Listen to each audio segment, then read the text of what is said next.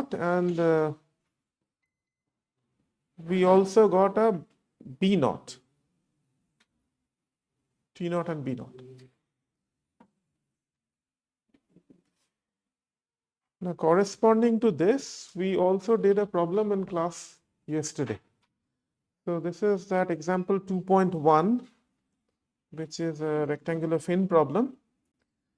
Hopefully you could work it out properly, do all the calculations to verify whatever is done in the book is correct.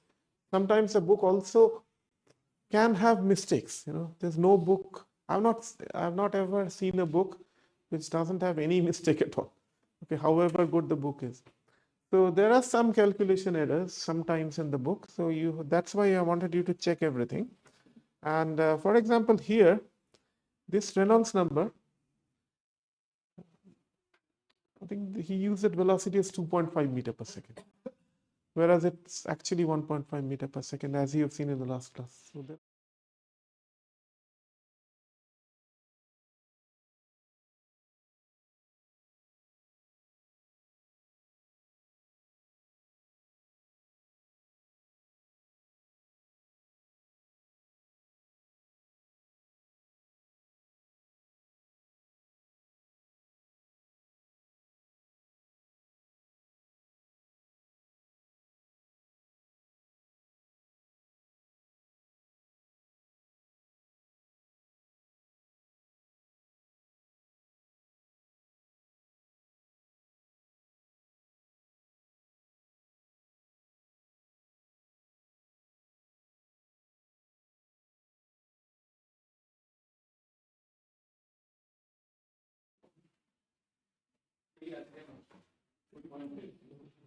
2.86.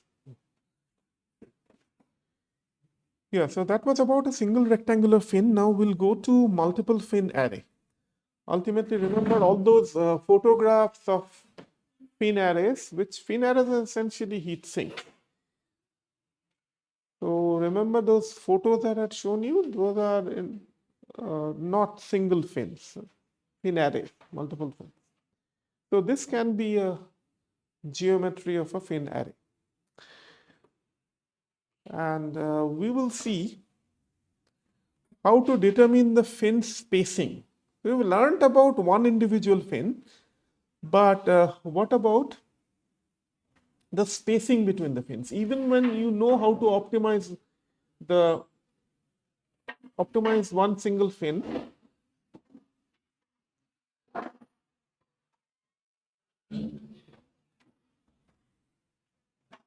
even when you know how to optimize one single fin, you still have to decide what is the optimum spacing between fins in an array.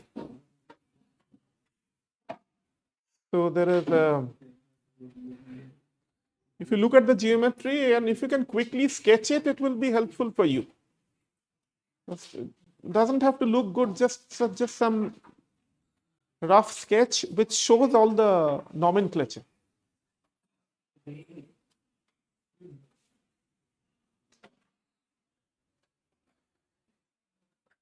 So there is this Z, which is the spacing between the fins. So in an array, we have to obviously determine what is the optimum spacing between fins. And we also make the assumption that this T is the thickness of each fin that is much smaller than Z. This is an assumption. Now this is a thin fin assumption, obviously. And in this figure, the figure that you should see there, I mean, T and Z look comparable, right? But this is just in the figure. In reality, in most of the cases, you'll get T much smaller than Z. And we had seen that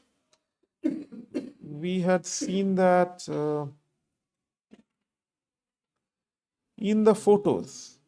Like for example, this one. Thickness is definitely much smaller than the spacing, correct?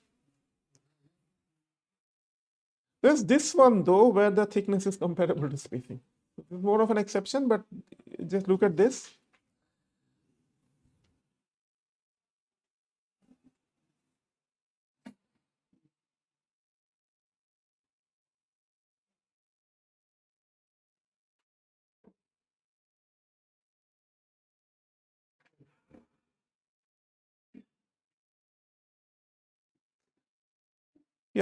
Now, for small spacing channels, so again, purpose is to determine the spacing. So,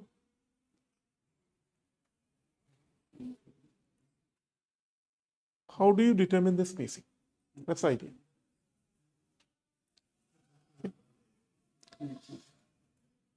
So, let's say there is some spacing z.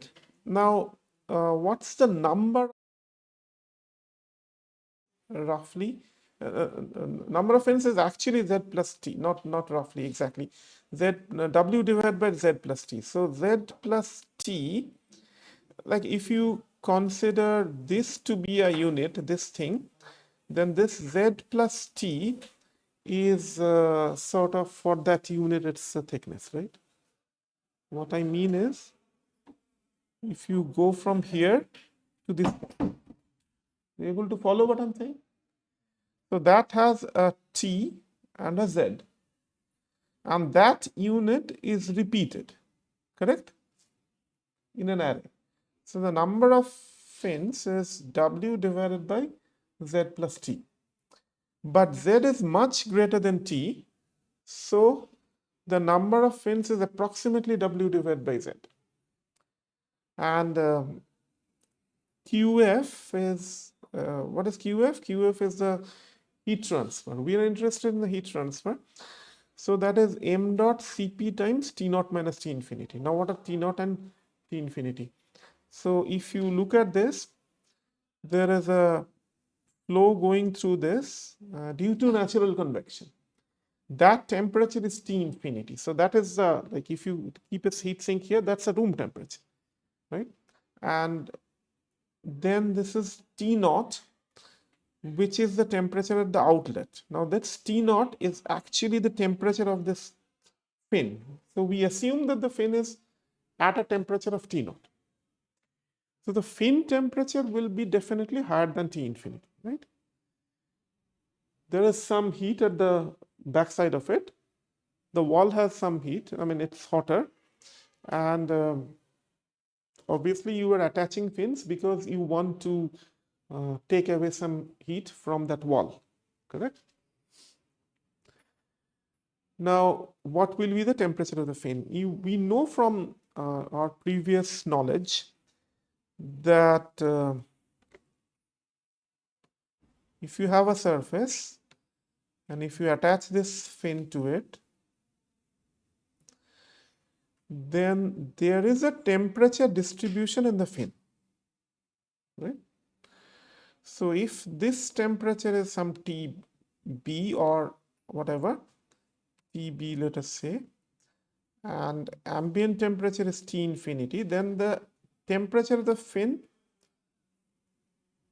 decreases from TB and tries to approach T infinity. It might not reach T infinity, depending on the heat transfer conditions, depending on how long the fin is, what is the material of the fin, what is the cross section of the fin, things like that. Okay.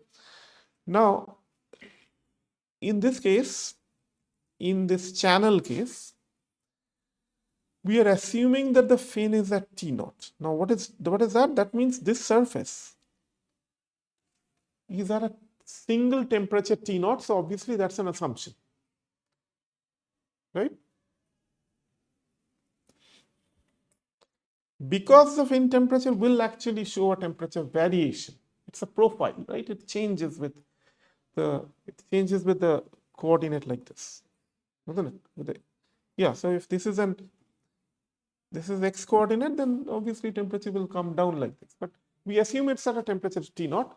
So that's one assumption. The other assumption that we are making is that the air flowing through this small spacing channel will go out at the same temperature T naught. So that means like the channel is long enough so that when the air goes like this, it manages to reach approximately at least the temperature of the wall. There are two walls in a channel and it manages to reach the temperature T naught. That's the assumption. Now, the heat transfer is m dot Cp times T naught minus T infinity, correct? Because m dot is the flow, Cp is the specific heat, and the temperature goes up from T infinity to T naught. So we get this. Okay. So what we will try to do is try to say something about that m dot. So that m dot obviously is some rho times m dot is this is the channel, this is the m dot. Okay. Who is generating that m dot? You don't, it's not forced convection, it's natural convection. Because there are heated surfaces, the natural convection process generates that flow, correct? So it's not in your hands. Now, if you want to estimate this, how do you get this? So this m dot will be rho times, to which the rho is some representative density, multiplied by v bar, which is an average velocity through this channel, multiplied by ACF. He writes ACF. This is from Lee's book. ACF. I don't know what are the why this subscript C and F. Maybe area of cross section between the fins or something. Okay, just call it ACF. Now, what is ACF? ACF is okay. This one. This is Z. This is B. Right? So if you see this area, this is ZB.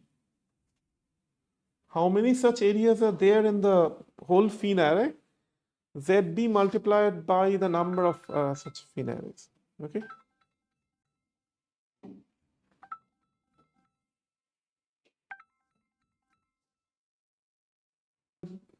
ZB multiplied by the number of such fin arrays, and that will turn out to be some W times B. Okay, so F for flow, in fact, ACF is total cross-sectional flow area. Yeah, right. So we got all this. Now, why are we writing an expression for QF? Because we want to see how that QF changes when, depending on the spacing that you have. Ultimately, what is the objective? Again, let me repeat this for people who came late. We want to see what should be the optimum spacing. Is there an optimum spacing? What should be the optimum spacing? So to be able to say something about the spacing, we need to find an expression for the heat transfer. So the heat transfer is QF, which is m dot Cp times T naught minus T infinity. And now m dot we are trying to write in terms of velocities.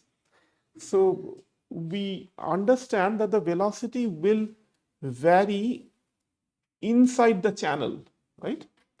It will be, the velocity will be 0 at the wall of the, so this is like two fins, right? You understand this. These are two fins.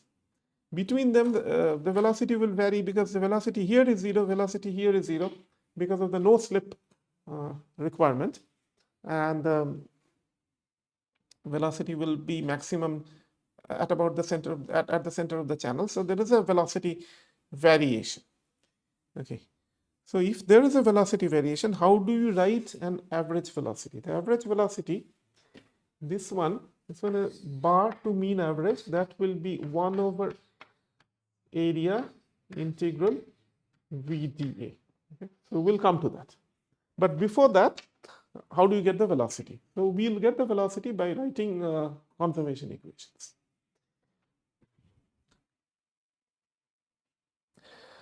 So we'll write the momentum equation in the small channel. So the momentum equation will look like this.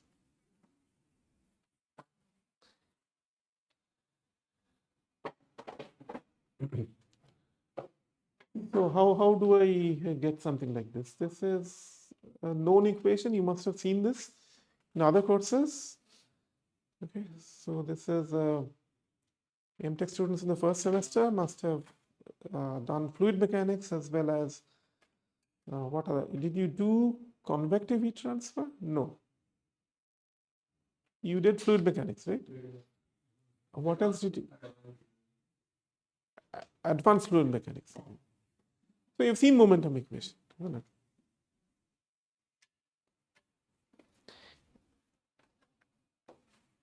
And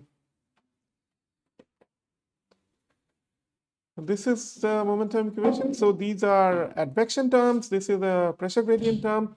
This is a viscous term, and this is a body force, right? So there is a gravity working here. Now, for fully developed flow, we'll assume one of the assumptions that we're making is that we are saying that this channel is long, right? Channel is long. So that's why we could say that the temperature in fact reaches T0. So we made that assumption. And if this is long, the flow will also tend to get fully developed, right? So if the channel is fully developed, then we can write these two things.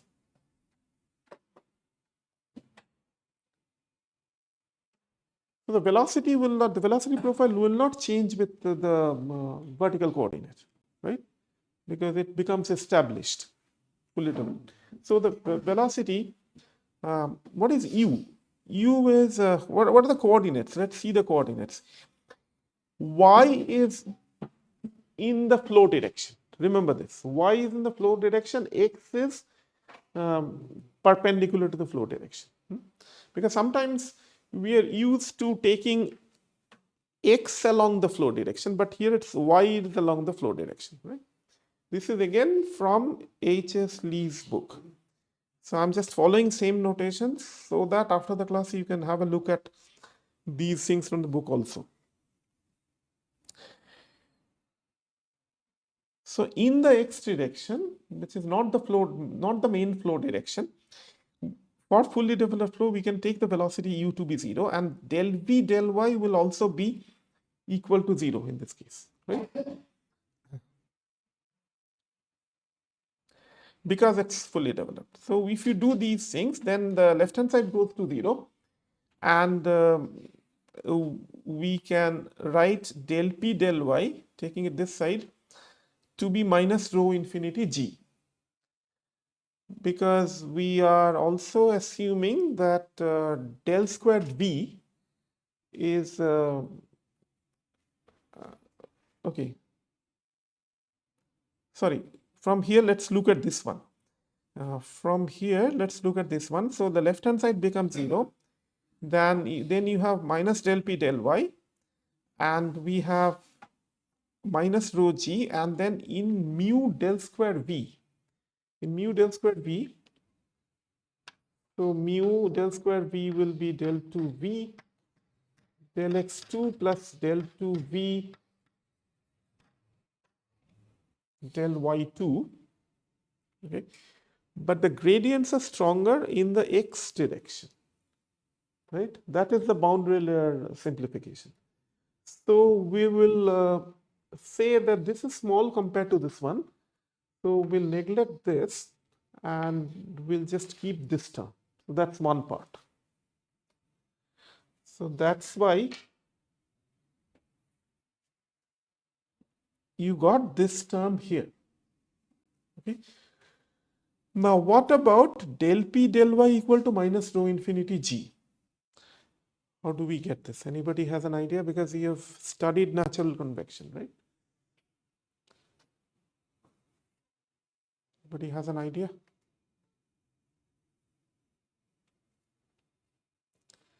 So what is rho infinity? Density of the fluid at ambient conditions, right? That is rho infinity. But why do we write del p del y as minus rho infinity g? But again, I want full sentence answers.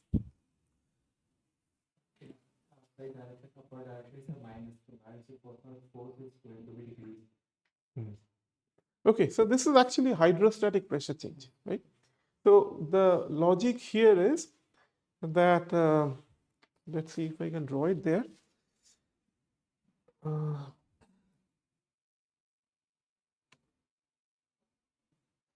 So we're not talking about channel for the next 2 minutes. I'll not talk about the channel. I'm talking about a general natural convection situation, which you see in your undergraduate heat transfer textbook. So So there is a wall which is at some temperature, and there is a boundary layer due to natural convection. So this is at a higher temperature. This wall is at a higher temperature. Okay, maybe this is at 70 degrees Celsius, maybe this is at 20, right? And due to boundary layer simplifications, we can actually say that the pressure does not change much in this direction. Okay? Pressure does not change much in this direction. In other words, the pressure inside the boundary layer and the pressure outside the boundary layer are the same. Okay, you're familiar with this, isn't it?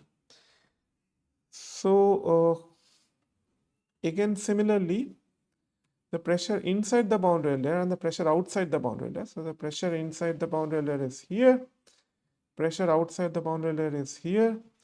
So I am saying they are approximately the same, as long as we can make the boundary layer approximation, right? So if we think about a del P del Y, del P del Y, then it's the change of pressure within the boundary layer. But since the pressure within the boundary layer and outside the boundary layer are approximately the same, we can say that del P del Y will be given by minus rho infinity G, because outside the boundary layer it's just a hydrostatic pressure change, right? So it's just because here outside it's rho infinity is the density. Temperature is T infinity, density is rho infinity. So if you make this, then we get this term, and then we get del 2V del x2 from this one as something like this. Okay. As far as possible, since I'm going slowly, you can write these expressions also. As I go along, you can write this. Okay. Now we can say something about rho infinity minus rho using an approximation which is used in natural convection. What is it called? There's some approximation that we typically use, quite often we use, at least for small temperature differences in natural convection analysis. So there's a name for that. Nobody knows?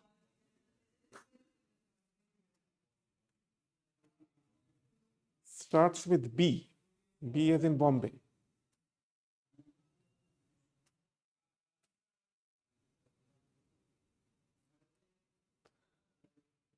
So natural convection is not in GATE syllabus, or what is the reason that you don't seem to have a clue? Or typically there are no questions in GATE examination from the natural convection chapter. It's called Boussinesq approximation. It's new to you? Heard about it? So you neither heard about it nor you didn't hear about it.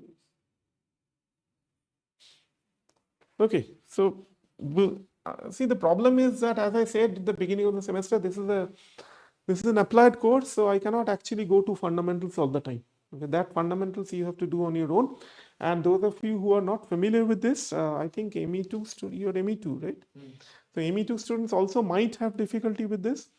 So I recommend that you go to this book by Incropera and Dewitt. This is a book which is typically followed at the undergraduate level in IIT. There are other books also. Sometimes people use other books also, but I'm more familiar. I kind of know which chapter is what in this book. So there is chapter 9, which is free convection. So please have a look at that. So this is Boussinesq approximation for kind of like, if we assume that the temperature differences are not very large, then we can write something for rho infinity minus rho using what is known as a volumetric expansion coefficient.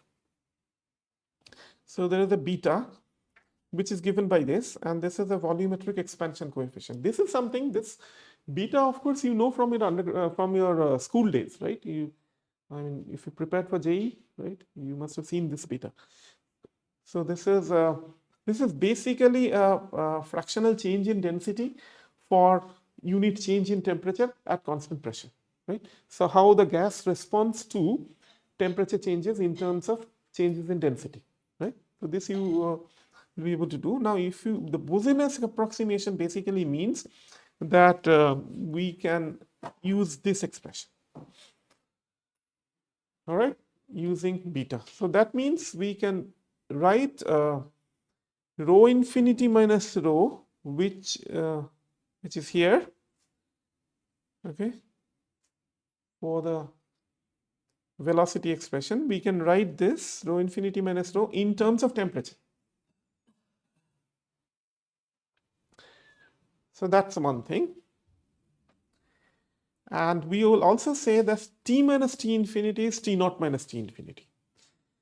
So what's this? What is T? T is a general temperature.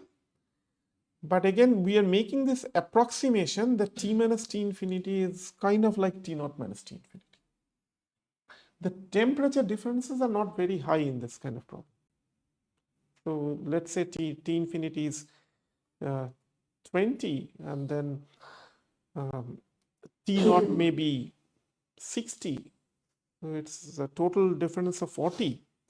And as an approximation, we say that any temperature. So this T is some temperature of the gas, right? So that we are saying it's kind of like between 20 and 60.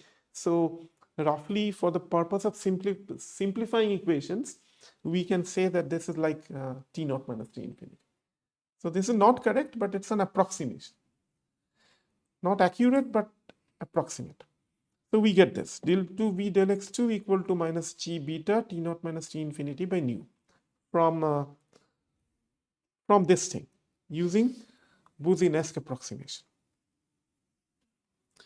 Okay, in case you are getting lost, why are we doing this? We want to get an expression for this V, okay, average velocity V, so that we can get m dot, so that we can get from m dot, what do we get?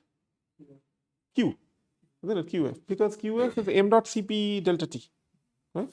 So we want to get V. For that, we are doing all this analysis. So this is an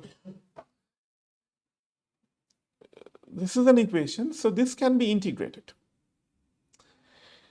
Once you integrate this, then so this is del 2V del x2. So you can integrate this twice, isn't it? So you get that you should check in your check at home. So this integration you should work out in your copy. So leave some space and go home. After you go home, you check this derivation. So it can be shown that the velocity distribution goes like this. Fine. So it's a function of z squared. But ultimately, we want the average velocity. So how do we get the average velocity? To get the average velocity, as I said, the average velocity is 1 over, this is average velocity, 1 over A integral V dA. Correct? This is average velocity. So average over which area? Being able to visualize this area. So the area that will come into picture is which area? Velocity varies in this direction, right? Between the walls. What's the coordinate in that direction? The x coordinate. So you can see that looking at this expression. So if you can check that at x equal to z by 2, for example, x equal to z by 2, the velocity should be 0. and x equal to minus z by 2 also, velocity should be 0, right? So what I'm saying is the velocity will vary over this, right? Here the velocity will be 0 and here the velocity will be 0, correct? And there will be a velocity variation like this, and that will be symmetric also, correct? From the geometry of the problem, it will be symmetric also. That's why you got a velocity distribution like this. And then you integrate this. So when you integrate, it will be like this thing. If we do, then I'm drawing this line, actually this red line here, and velocity means this is z, okay, and this is actually, this one is b, right? One is b, and the coordinate is x. So if you take a strip, because you need dA, that strip will be b dx, correct? So b dx is in fact dA. So that you use in the velocity expression, and you integrate that between limits of minus z by 2 and plus z by 2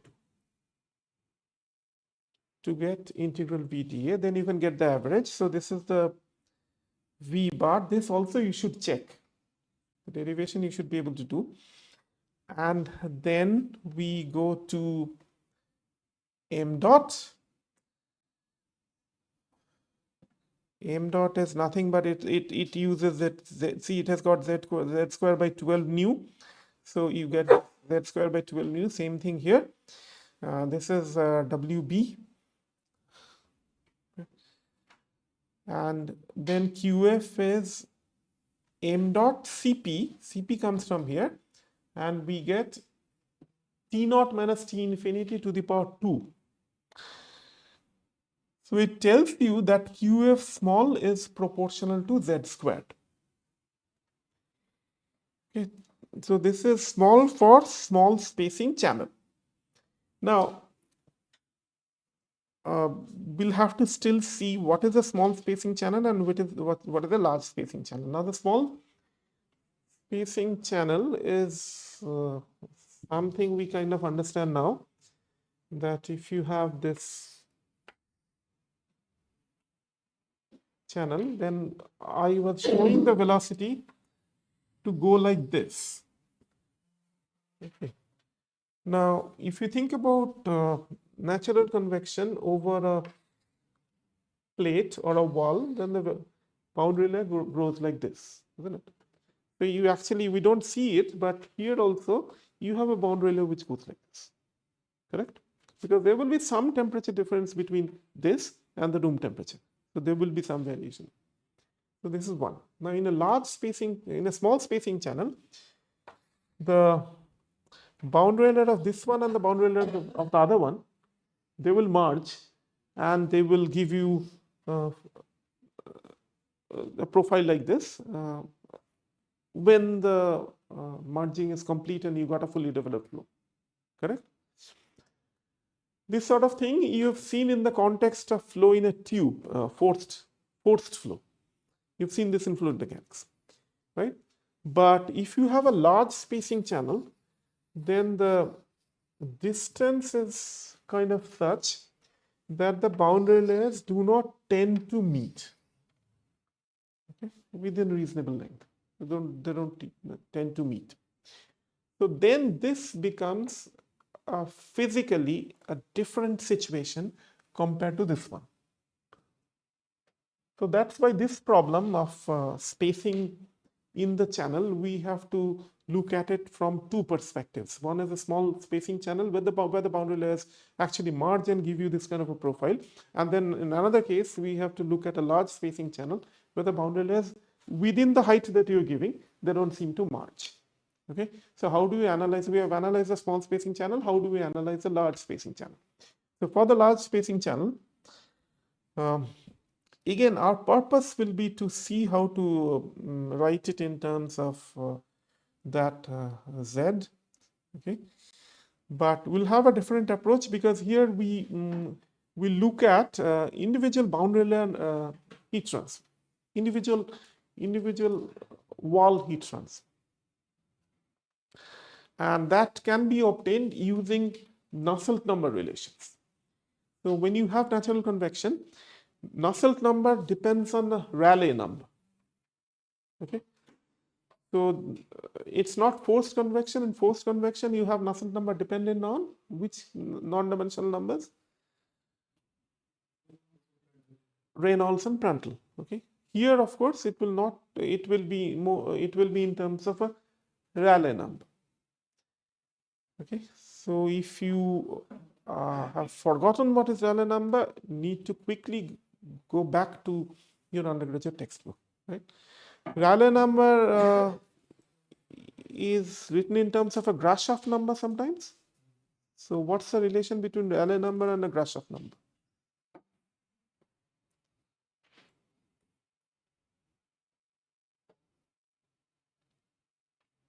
No? Correct. Okay. But I'm not seeing that many good responses.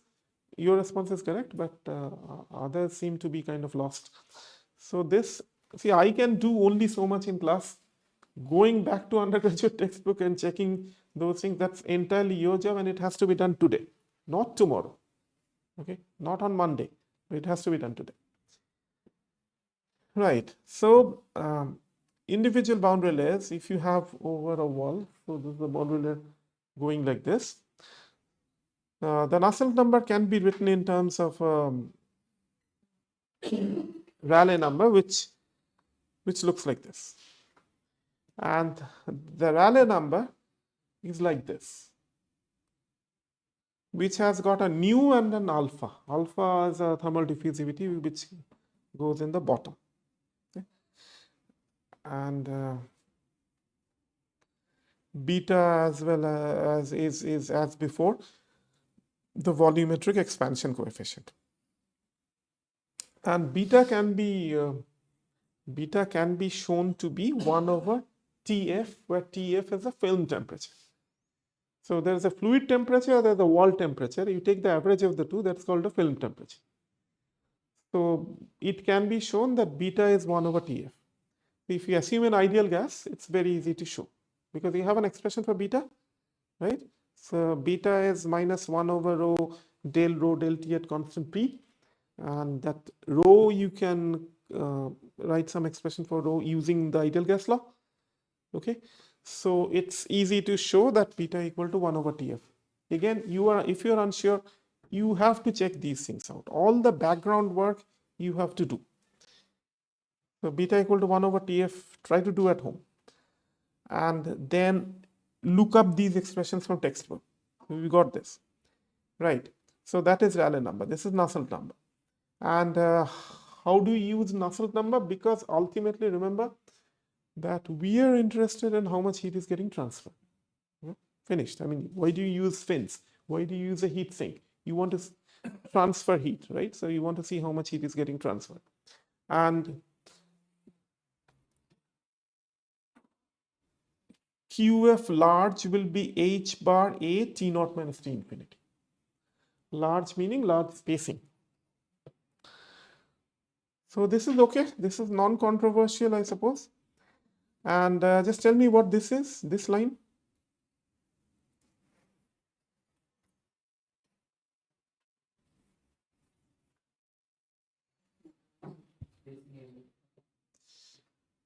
So what is area? Area is, what is 2B ln? What is n? N is the number of fins, okay, which is W by Z. And what is 2BL? So B is what we are calling a length, L is the depth, okay, or width, whatever you call it. Why do you have the number 2? Both surfaces. Take care of both. Right. So QF large is if you use this area, H bar you already have using the Rayleigh number. So we get something like this. And this has a Z at the bottom.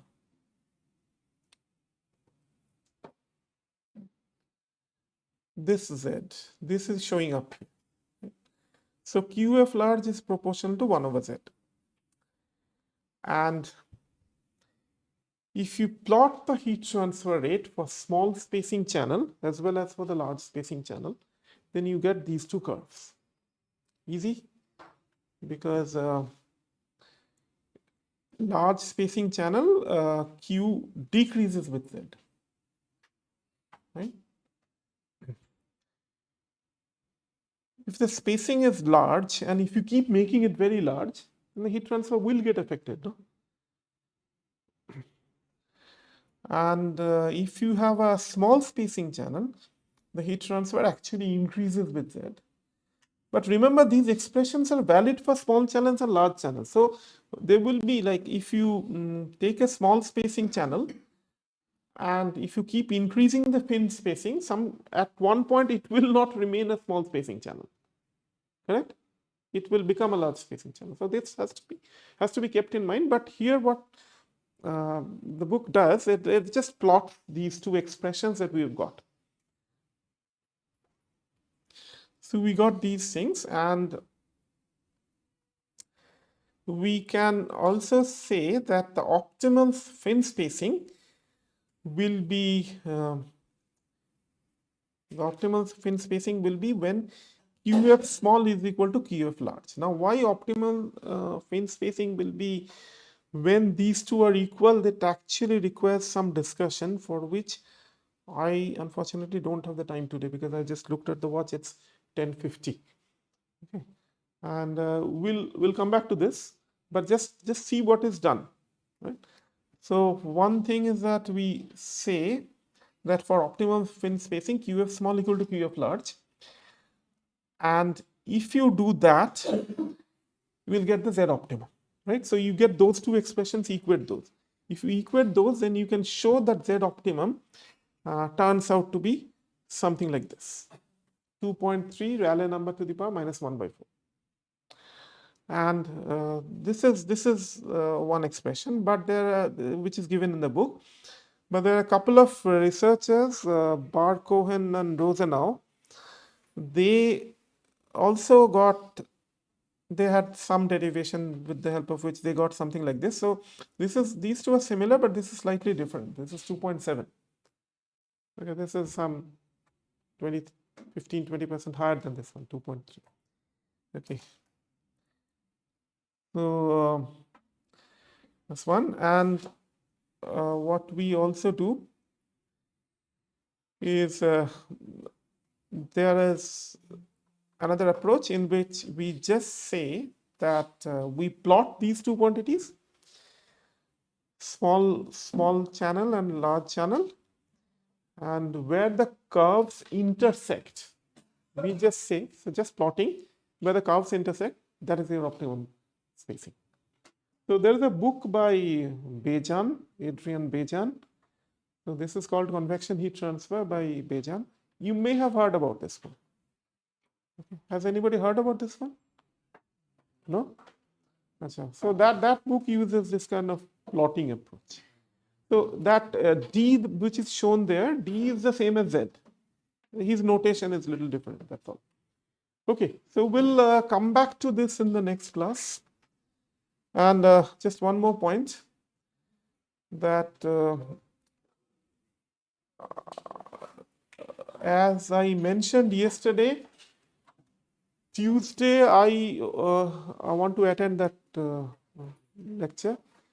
So we have got two slots, Monday 4 o'clock or maybe Tuesday 4 o'clock, right? And